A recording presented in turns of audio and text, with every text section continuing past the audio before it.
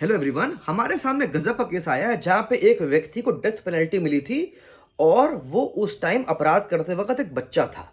लेकिन ये बात अब साबित नहीं हो पाई और जाके 2025 में अब 1994 के मामले में 2025 में जाके उस व्यक्ति को छोड़ा गया, ये कहते हुए कि अब हम वक्त तो बदल नहीं सकते हैं लेकिन अब हम गलती सुधार लेते हैं।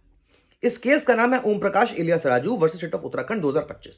1994 में एक मर्डर होता है और उस मर्डर में एक व्यक्ति को पकड़ा जाता है और उसको ट्रायल कोर्ट डेथ पेनल्टी सजा देता है।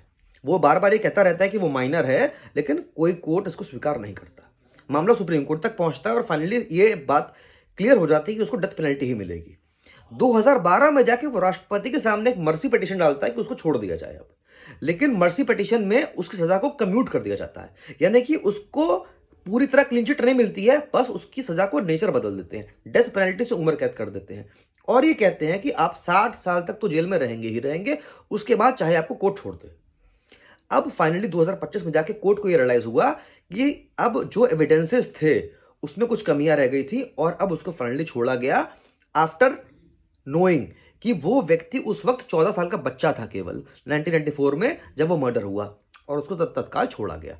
अब इसमें जो जजेस थे वो थे जजेस एम सुंदरेश और जस्टिस अरविंद कुमार। उन्होंने ये रूल किया कि बोन ऑसिफिकेशन टेस्ट में ये क्लियर हो गया कि ये उस टाइम बच्चा था।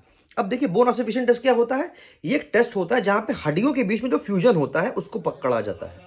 जैसे कोई कलाई है या उंगली है, इसमें जो बोन्स का फ्यूजन है, जो बोन्स का मिलान है, उसको पकड़ा जाता है और उससे व्यक्ति की उम्र पता लगती है। और साथ में उसके बैंक अकाउंट को देखा गया, उस वक्त उसका बैंक अकाउंट खुल सकता था कि नहीं खुल सकता था, ये सारी बातों को देखा गया। इसमें जो लीगल पॉइंट है वो ये है कि जुवेनालिटी, यानी कि आप व्यक्ति जो अपराध कर रहा है वो माइनर है या वो जुवेनाइल है, ये बात किसी भी स्टेज पे आप रेज कर सकते हैं। इसकी धारा है धारा 9 clause 2 of juvenile justice act 2015। Thank you everyone.